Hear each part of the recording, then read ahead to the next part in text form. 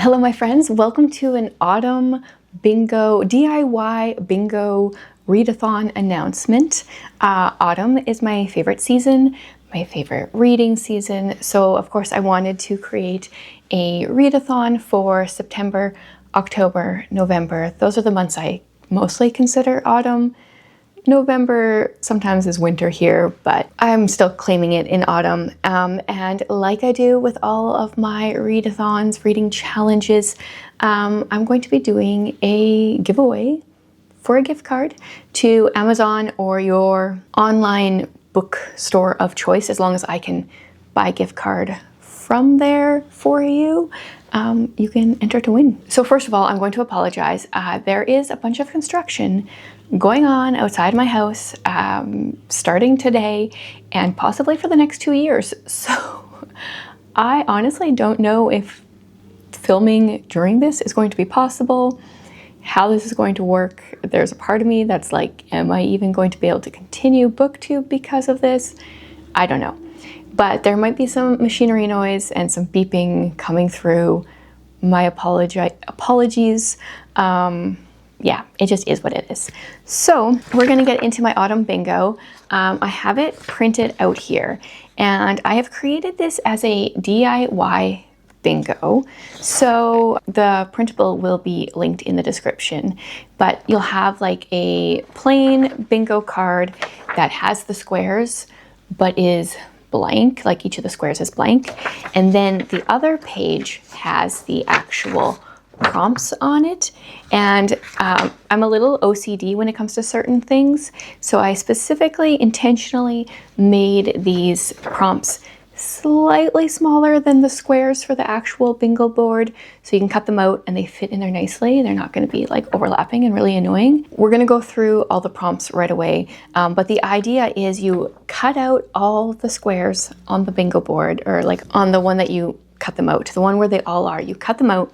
Then you arrange them on your bingo board how you see fit, however it works best for you, so that you can get a bingo sooner rather than later. You can also go ahead and black out your board. Let's go into the prompts, and then we'll get into the rules and the giveaway details and all that. So on the bingo, there is a like heart sunburst thing that is your free space. So if you want to use like make the most use of it, you put that in the middle of your bingo board. You don't even have to read a book for this. This is just a free prompt.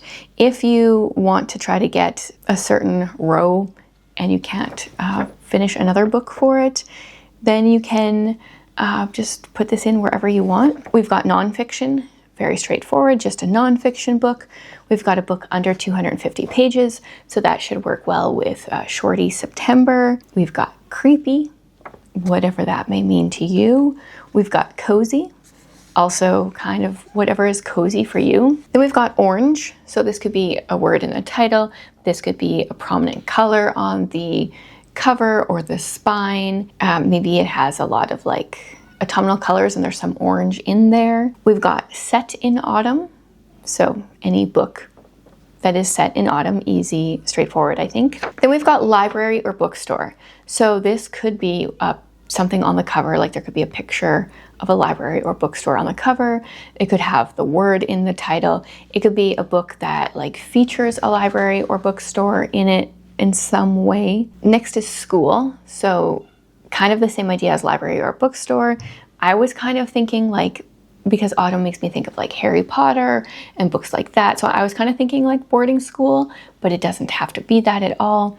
It could be a book where maybe your main character is just a teacher or anything school related. And then we have harvest. So maybe it's got like a field on it. Maybe it's set during harvest time. I don't know. Is there like a lot of books about farmers? Maybe it has like pumpkins on it because you can like harvest pumpkins or corn. Kind of make that work for you however you can. We've got nostalgia. So for me, this would probably be like a mystery suspense book. If I wanted to go like really nostalgic, I could go back and read like a Babysitter's Club book. They're not very good. Even Nancy Drew, I have a hard time reading those now, but just like the mystery suspense genre is very nostalgic for me. And then we've got mysterious. So this could be a mystery, or it could be a book that just has something mysterious in it. Maybe the cover looks mysterious. I mean, some of the Agatha Christie old covers, I mean, her books would work anyway because they're mysteries. But some of her vintage covers don't make a lot of sense. The covers themselves look very mysterious. Sometimes even after you read the book, you're like, how, why, I'm confused. We've got baking, because that's very autumnal. I love cinnamon and nutmeg and clove.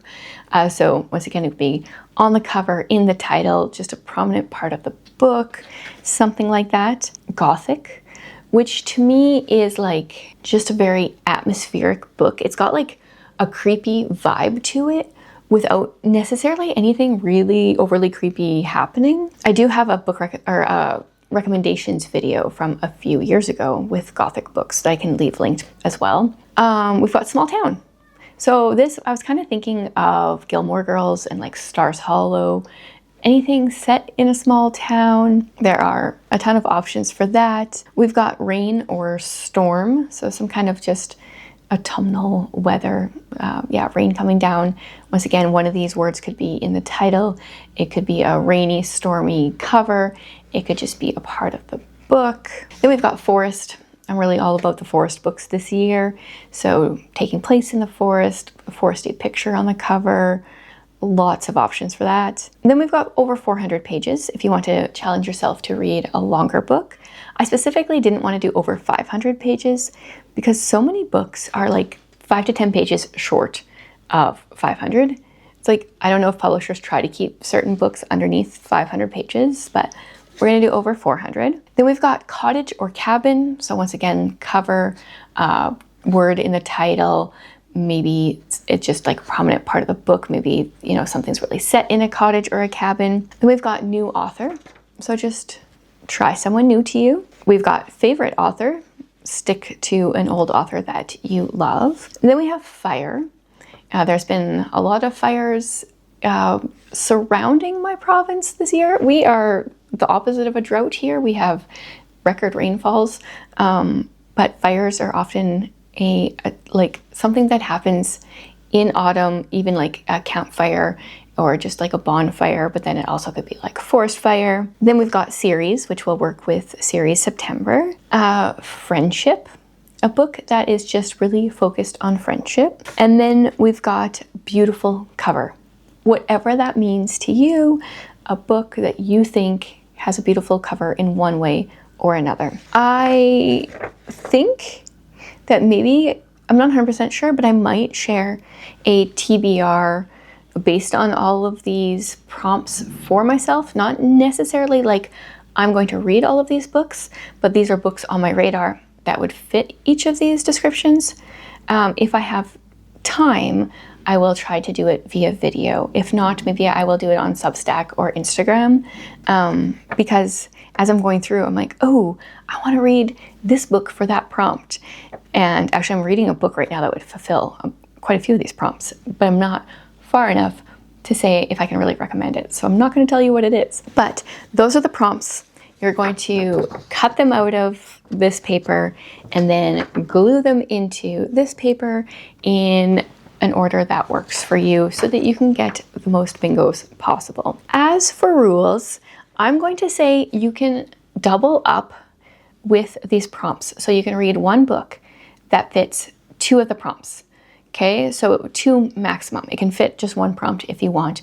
But if it fits 3 prompts, it doesn't qualify for all 3 of those prompts. So like right now I'm reading a book that cottage or cabin would work. It's also a new to me author.